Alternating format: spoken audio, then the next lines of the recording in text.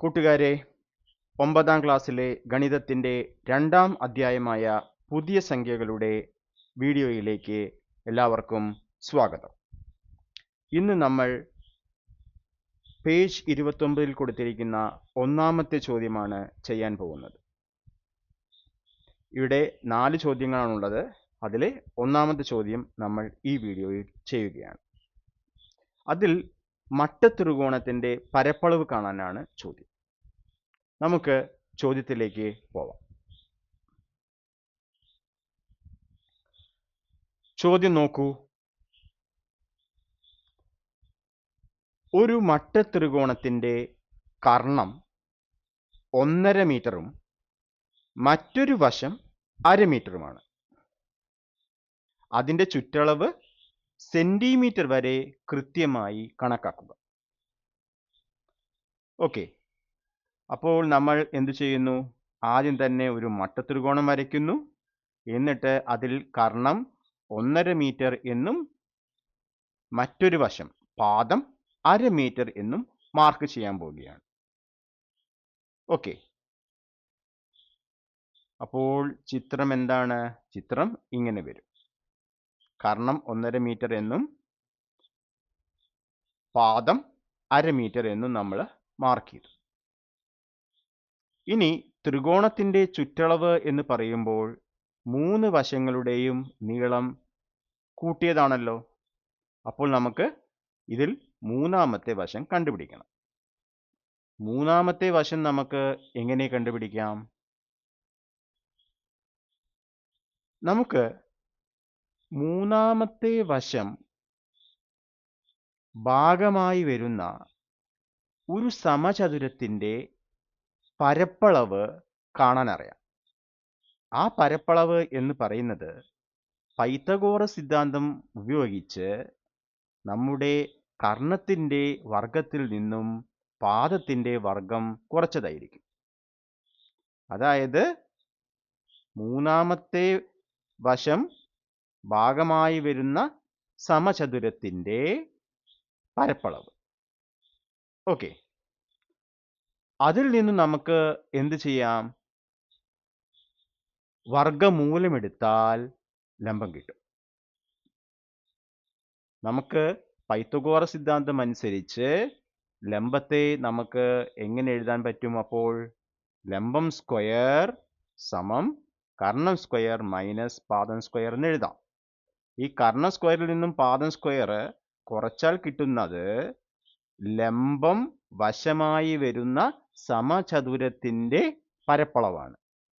Okay, അത് കിട്ടിയാൽ അതിൻ്റെ വർഗമൂലം, അതായത് റൂട്ടായിരിക്കും ലംബം. അപ്പോൾ ഇവിടെ ലംബം സ്ക്വയർ എന്താണ്? 1.5 സ്ക്വയർ മൈനസ് 1/2 സ്ക്വയർ. ഇനിയാണ് ഇവിടെ നമ്മൾ ഒരു എളുപ്പമാർഗം ചെയ്യാൻ പോകുന്നത്.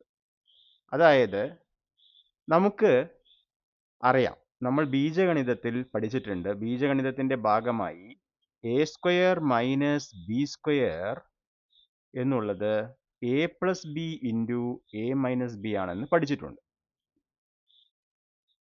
ഇവിടെ നമുക്ക് എ എന്ന് പറയുന്നത് 1.5 ബി എന്ന് പറയുന്നത് 1/2. അപ്പം നമുക്കിത് 1.5 പ്ലസ് 1/2 ഇൻറ്റു 1.5 മൈനസ് 1/2 എന്ന് എഴുതാം.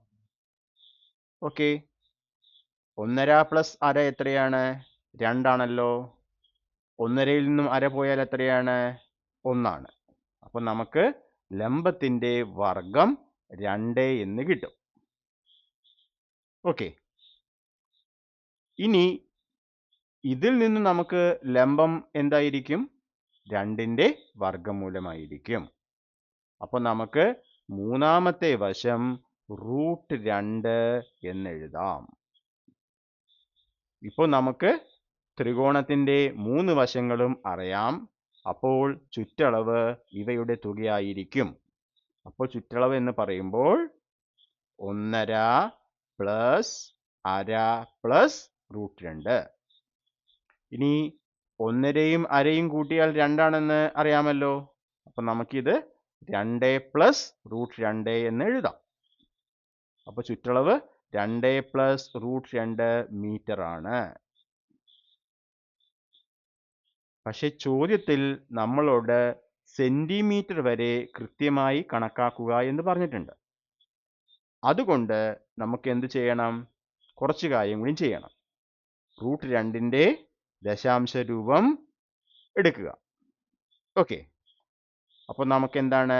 2 പ്ലസ് √2 ദശാംശ രൂപം എത്രയാ? 1.4142 എക്സെട്ര. നമുക്കിവിടെ സെന്റിമീറ്റർ വരെയല്ലേ വേണ്ടത്? സെന്റിമീറ്റർ വരെ എന്ന് പറയുമ്പോൾ ദശാംശം കഴിഞ്ഞ് 2 സ്ഥാനം എടുത്താൽ മതി. അപ്പോൾ നമുക്ക് 2 കൂടി 1.41 കൂട്ടിയാൽ മതി. അപ്പോൾ നമുക്ക് എന്ത് കിട്ടും? 3.41 കിട്ടും.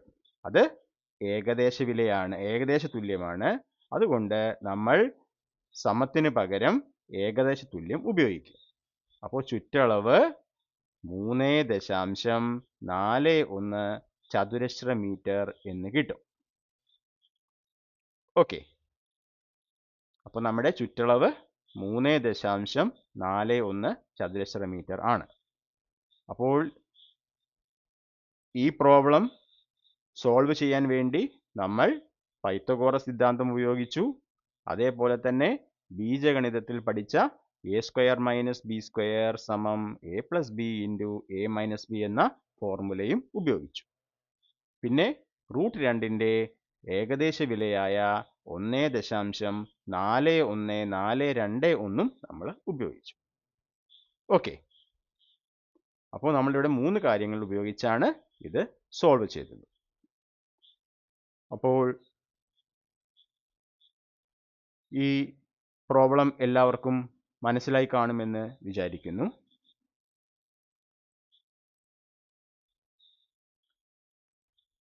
ഇനി അടുത്ത പ്രോബ്ലം നമുക്ക് അടുത്ത വീഡിയോയിൽ ചെയ്യാം. അപ്പോൾ ഈ വീഡിയോ കണ്ട എല്ലാ കൂട്ടുകാർക്കും താങ്ക് യു.